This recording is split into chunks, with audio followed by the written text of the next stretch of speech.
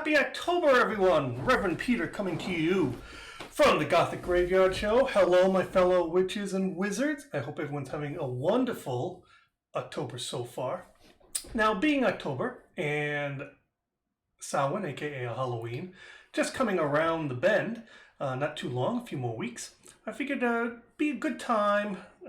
This kind of video has been done a lot of times, but I personally haven't done it, and I feel kind of leaving out I feel I should. A video about the origins of Samhain / Halloween from its ancient times all the way to the present.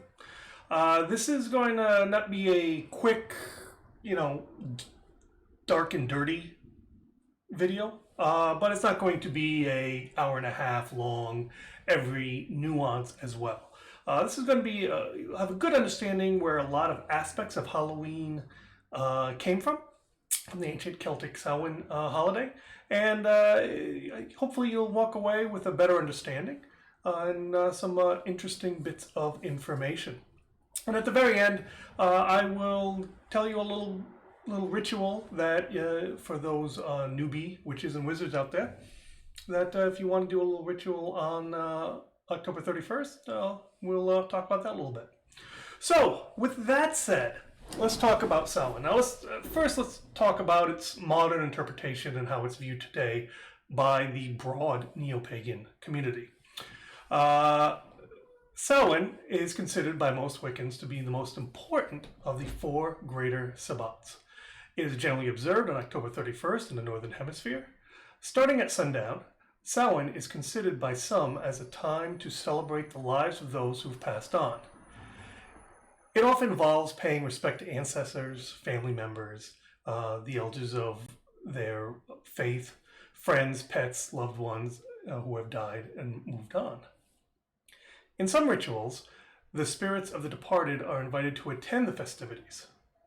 It is seen as a festival of darkness, which is balanced at its opposite point of the wheel by the spring festival of Beltane, which is a celebration as a festival of light and fertility. The Wiccan Samhain doesn't attempt to reconstruct a historical Celtic festival, and we'll talk about a little later on why that is, and why that's basically impossible from what we know today.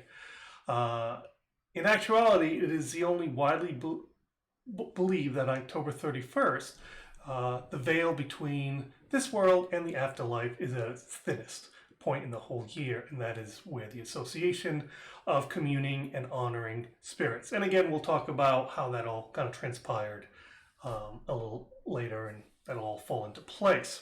Now, let's just for some basic context as we talk about this. The Halloween, aka Samhain, originates from the Celts of the British Isles, specifically mostly the Irish and Scottish cultures. Now, when we talk about Celts, well, we also got to really understand, I'm talking about a broad selection of ancient peoples. A lot of times when we talk about Celts, people immediately think of the Irish in Britain and related. Actually, the Celt culture spread far and wide. At its height, it went as far south as the southern Iberian Peninsula, Spain, if you will, and as far east as around the border of Turkey, and of course, vast swaths of Central and Northern Europe. So when we talk about the Celts, a lot of people don't realize how far east they went or how far south they went. A lot of people just think about the Celtic culture in the British Isles, but it was actually a very large and expansive groups of people. Now, because there was such spread out, the anthropologists who classify all these people under the Celtic umbrella, there was a lot of differences, obviously. They weren't one uniform entity. There were sects and tribes and groups of them all throughout this very large area. So when we're talking about the Celts in this particular video, we're mostly talking about the Celts from the British Isles and Northern Europe. Other aspects of the Celtic culture, geographically speaking, certainly had may have had different views or spirituality. So let's kind of keep that in mind as we talk about this. We're specifically talking about generally the British Isles and Northern Europe. Now, the Samhain festival roughly probably started around 500 BCE. The Welsh, the people who become known as the Welsh, actually celebrated a similar holiday called Colingeth. Now, going forward, it really behooves me to put a footnote in this as well. We got to understand the Celtic culture was mostly a verbally handed down tradition. Its beliefs, spirituality, its religions, its culture, very little was ever written down. So we have all our accounts second and third hand. Mostly from early medieval Irish monks. The earliest accounts come from them who documented Celtic lore. And now keep in mind, these Irish monks, this is a few centuries after Christianity was being spread throughout the European area. So we got to kind of understand that what information we do have from these Irish monks, it might have been through a biased lens as well. So you begin to see why we kind of have a little difficulty in really quite understanding exactly what the Celts did when it came to this specific holiday, or really any holiday for that matter.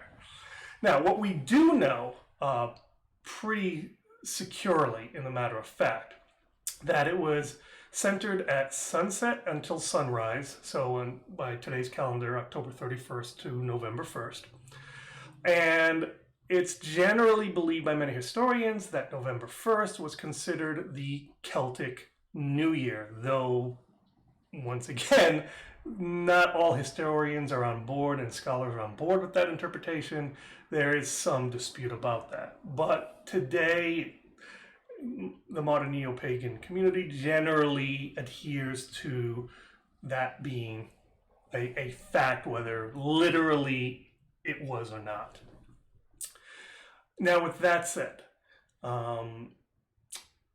Samhain marked the start of winter and is in Old Irish means summer ends. In modern Irish, it is actually the word for November.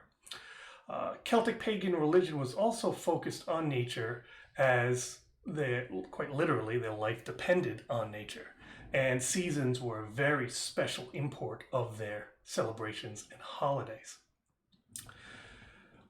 Irish mythology speaks of Samhain a great deal. Unfortunately, little, as I mentioned previously, is known of the specifics of how exactly it was celebrated. It is debatable how much honoring the dead actually played, but we do believe it was part of the celebration to some extent, and we'll cover that a little bit more in detail. Winter was generally the time Celtic people took stock of the year, the transition from fall to winter, aka life to death. Thus, it is assumed Samhain was partly used to revere such.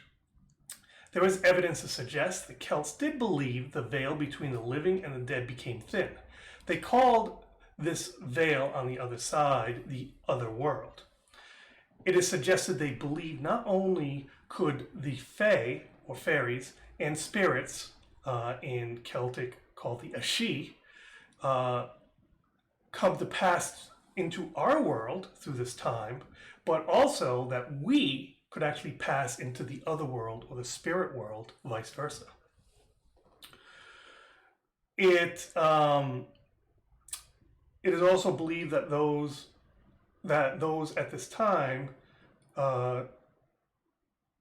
would do what they could to not attract malicious spirits.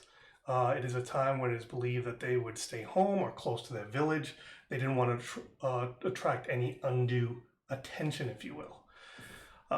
This is also where the bonfire association of Samhain is thought to have come from. Ancient peoples lit bonfires in the middle of the village or their fields after the last harvest to give offerings to their patron gods and to emulate the sun. It is also thought that they use these fires in pyromancy or fire-gazing divination. Some spirits, however, were friendly in their beliefs. For example, former lovers or family. At the dinner on the day of Samhain, a dinner plate would be left out with their own serving of food and drink to honor and welcome them into their former home. In return, the spirits gave blessings as thanks. Also, a time for people who were wronged in life to come back in spirit form to seek revenge and justice. To ward off these spirits, the Celts would dress as frighteningly as they could, it is believed in animal skins, to ward off these malicious and justice-seeking spirits. Or at least dress up so they did not get recognized by these spirits, especially if they felt that someone who was passed on they had wronged. And you can kind of see where the big formations of what today's Halloween came about. And this is the root of that. And we'll talk about that more in a second.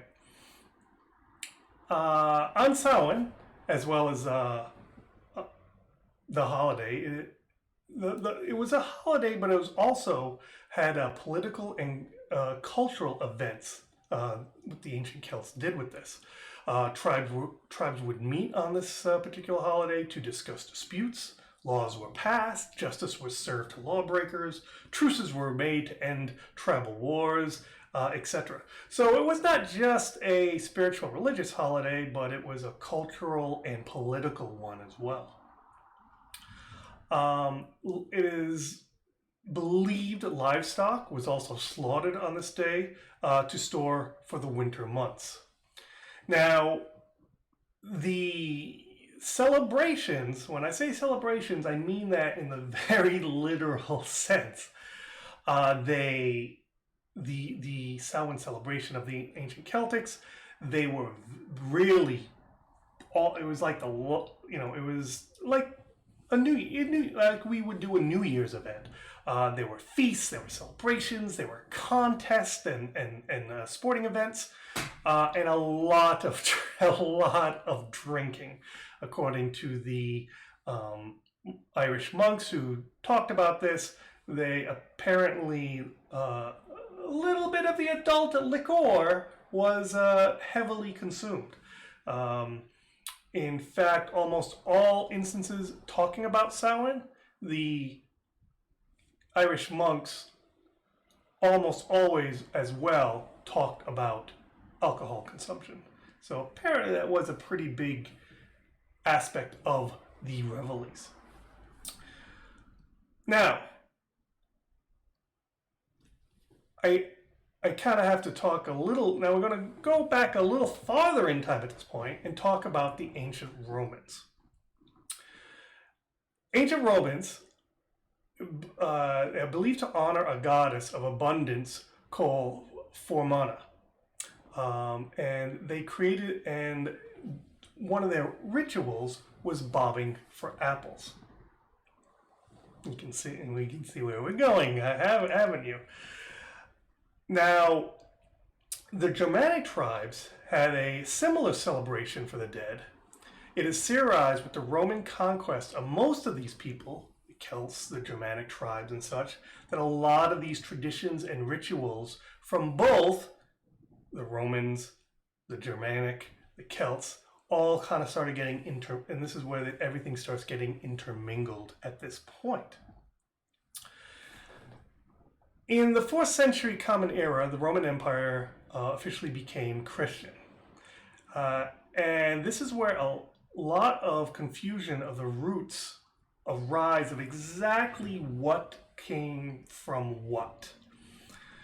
Because of this,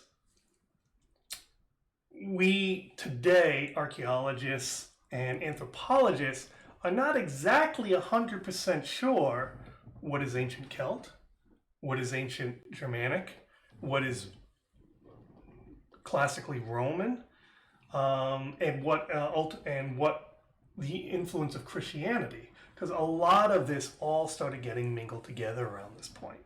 So when we talk about, and this is why I'm talking about this in some broad contexts, is because from a historical standpoint, it is very unclear on several levels. Now, Pope Gregory in the 8th century Common Era created All Saints' Day, a holiday to honor the saints on May 13th. This, in 835 Common Era, was moved to November 1st. Now, I should throw in here, this is obviously the time of when the church was Christianizing and proselytizing and trying to convert, Europe and beyond. Now, yes, the Christian church, by the point of the spear, did do some of this. However, they found it a lot easier, both financially and politically, that it was easier to go into one of these regions and say, oh, hey, you have that's a really cool little festival. Oh, thank you.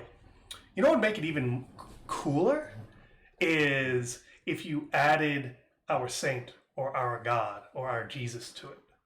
The one true God. Oh, the one true God? What's that? Well, I'm glad you asked. Let me tell you about that. And they found that a lot more effective.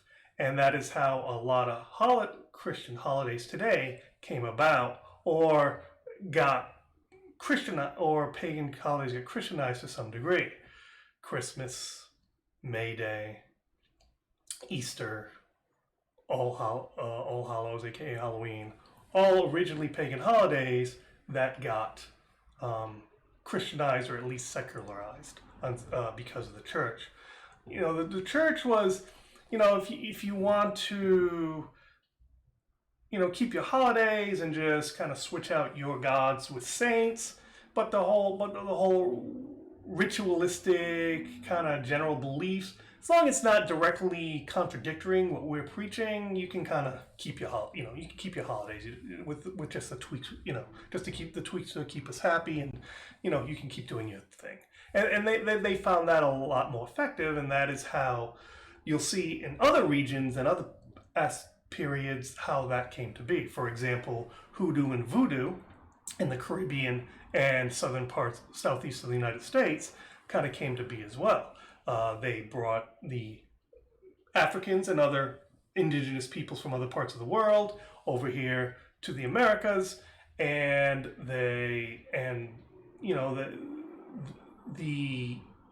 with their pagan spirituality and religions, they just switched out their pagan gods for Christian saints and what have you, but they kept generally their spiritual magical beliefs, and then so came the rise of hoodoo and voodoo, for example. So it's very similar to that, and we see that repeat throughout history in all different aspects as Christianization took hold.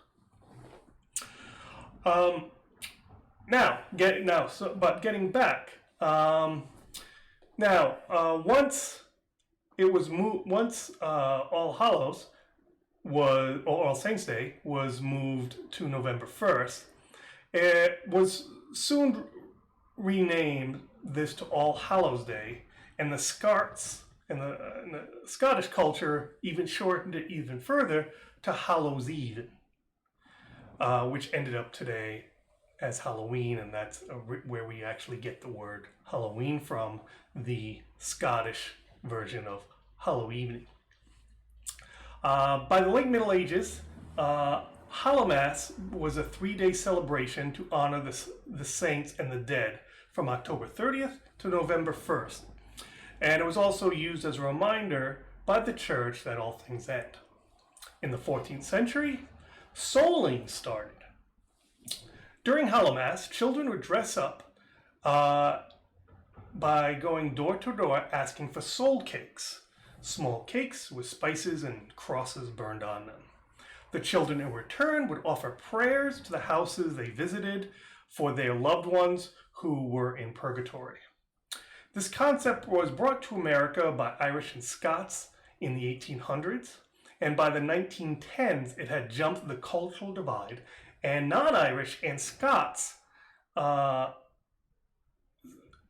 started going door to door in Hallowmass for food and money.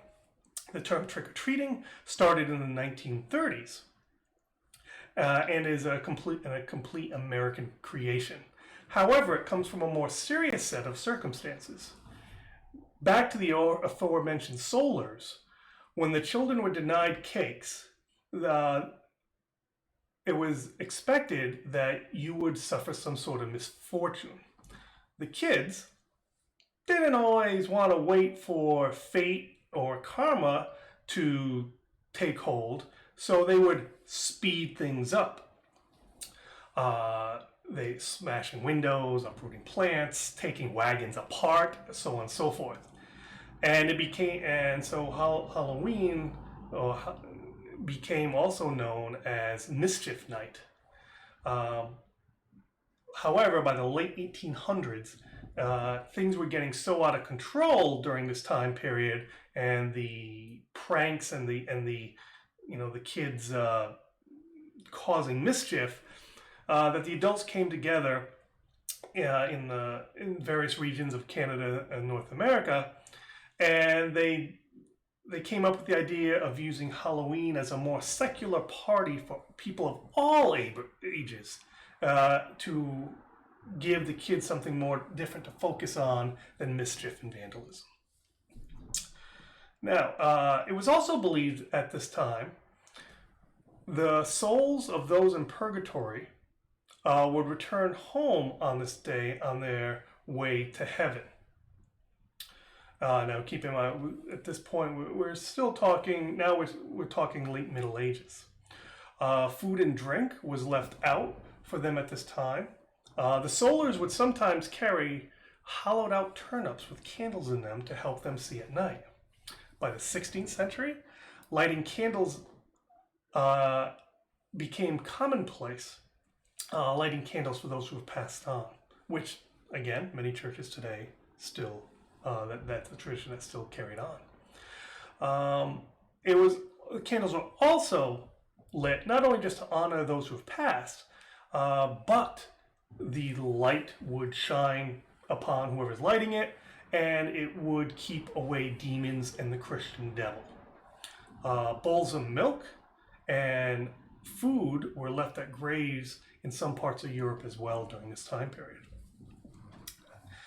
Now, getting back to what I was mentioning earlier, it was not until mass Irish and Scottish immigration of the 19th century that Halloween became a major holiday in North America. Confined to the immigrant communities during the mid-19th century, it was gradually assimilated into mainstream society by the first decade of the 20th century, as I mentioned previously. And then it eventually spread to become coast to coast of all social, racial, and religious backgrounds. Fun fact, in Cajun areas, the nocturnal mass was said in cemeteries on Halloween night. Candles that had been blessed were placed on graves, and families sometimes spent the entire night at the gravesite to honor the dead, or those who had passed. Now, Halloween kind of fell into a lull right before and during World War II because of resource shortages and what have you. However, after World War II ended and the resource shortage ended, Halloween really took off and morphed into what we have today. It became mostly a secular holiday, not really directly pagan or Christian influenced by that point. During this time of mass immigration, as I mentioned previously, interesting fact, both cultures practice the art of turnip carving. Not so much to make lanterns, but to put a face on it to honor those in purgatory and to ward off evil spirits. However, these immigrants in America discovered, the turnips are cool and everything, but they had a gourd here in North America that didn't quite have as plentiful over in Scotland and Ireland, and that is the pumpkin. and they realized, hey, this is a lot freaking easier to carve our faces into to ward off these evil spirits during this time. And so you have the jack-o'-lantern. I'm going to talk about that, talk about the myth and exactly the Irish folklore of how the jack-o'-lantern came to be in a moment. Put a pin on that, but that's very interesting.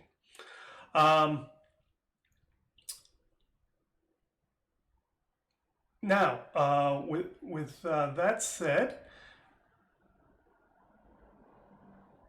Gothic Victorian writers, which is roughly 1830s to the 1900s, like Poe, Shelley, Stoker, had a large impact on the formation of modern Halloween.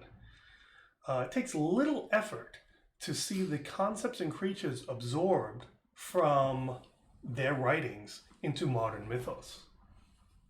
Dracula the vampire, Frankenstein the monster, lycanthropy, werewolfism, all that good stuff. It doesn't take much to see all these Gothic writers and how their influence in the early 1900s really had an influence on today's Halloween.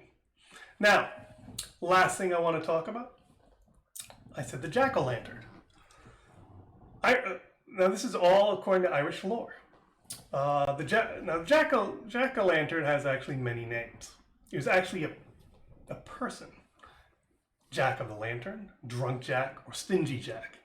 He's a character from old Irish folklore. According to this folklore, he was a vile, lying, abusive cheater who stole and did malicious tricks on strangers. The story goes, he was walking down a lonely road and ended up passing a strange figure who turned out to be the Christian devil. Jack's ill repute was so egregious, Satan had come to meet the man himself. He told Jack he was here to take his soul and bring him to hell. Jack begged Satan for one last thing. He said, let's go somewhere and I want to have one final drink before you bring me to hell. Jack said, Satan said, fine. So they went to a pub, allegedly. I guess Satan just walks into a pub with his buddy, and that's just par for the course in Ireland. But nonetheless, Satan walked into a pub with Jack, and they had several rounds of ale. When finally they had their fill and it came time for it to pay up, Jack looked at the Satan and said, I don't have any money. And of course, Satan was not shocked by this, considering what a scoundrel Jack was. And Jack suggested to Satan, well, if you turn into a silver coin, I'll use you to pay the barkeep, and then we can be on our way. Satan thought this was a good idea. He turned into a silver coin. Jack took the silver coin, instead of giving to the barkeep, put it in his pocket, and he just happened to have a crucifix in his pocket. Satan was trapped in coin form. And Jack demanded that you give me one more year, and I will let you go. Not having much choice in the matter, Satan obliged and said, oh, I will see you in 1 year. So Jack let him go, and he carried on his life. Exactly a year to the day, Jack is walking down a lonely road and comes around the corner, and there's Satan waiting for him. He says, time's up. So Jack said to Satan, you know, give me one last request. I want an apple before you take me to hell. Satan, apparently not learning his lesson, said, okay, let's go to an orchard over there and I'll get an apple for you. So they both walked down the road to a nearby orchard.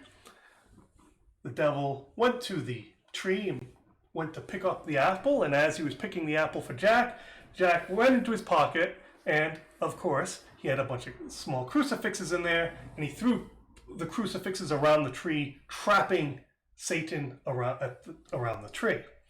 And he said to Satan, you don't take my soul, and you just let me live the rest of my life in peace, and I'll let you go. The devil, once again trapped, obliged and said, I will not come for your soul before it's time. Jack absconded, released Satan, and they both went on their merry ways. So Jack lived the next few years doing his scoundrelly things, but his heavy drinking caught up with him, and he died.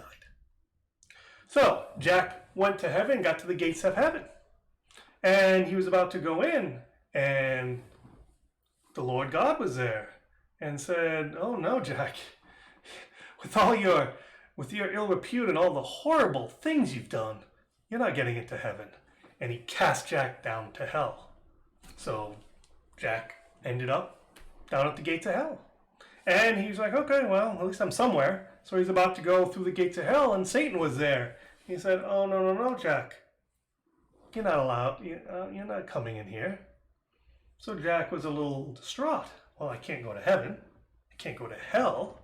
What's to become of me? So Satan took a turnip, carved it, put a candle in it, gave it to Jack, and then cast Jack out to the back roads of Ireland. And it is said to this night, when you see a light in the distance on a lonely road in the backwoods of Ireland, that is Jack still trying to find his way home, per se, or to find some place to rest. And that is how Jack of the Lantern, aka Jack-o'-lantern, came to be. So, I hope you found this very, very interesting. I certainly did researching this. There's certainly some things I didn't know that I discovered. Now, if you're going to do some sort of ritual, here's a little something you can do. This is mostly just a ritual to not only honor those who've passed, loved ones, or family members, or people in your thoughts, but also it is a ritual for the Celtic New Year to offer you protections and blessings. So, ideally you want to do this outside under this year's full moon, but certainly if that's not possible, you can do it inside as well by a window. Get a black candle. Get a black pouch. In the black pouch, put a black onyx, a piece of black tourmaline, Irish moss, and some wormwood. Light the candle, and then on a little container, light a piece of charcoal and burn a mix of copal and Opamax gum, Opanax gum. Mix a combination. Ideally, beforehand, you might want to take your mortar and pestle, grind them both up so you get a good mixture of the two, and throw them on and burn that. Put some pictures of the loved ones or pictures of any body or anything you want to honor during this time. Take that pouch that you put all those items in, tie it up, hold it over the incense, and imagine, not only picture the people that you want to honor, but also imagine you going forward in a positive light, in a blessed state, and imagine yourself having a year surrounded by good thoughts, good energy. After you do that for a few moments, thank whoever your patron gods are, and let the candle burn out. And thank them for accepting your offering. And that's it.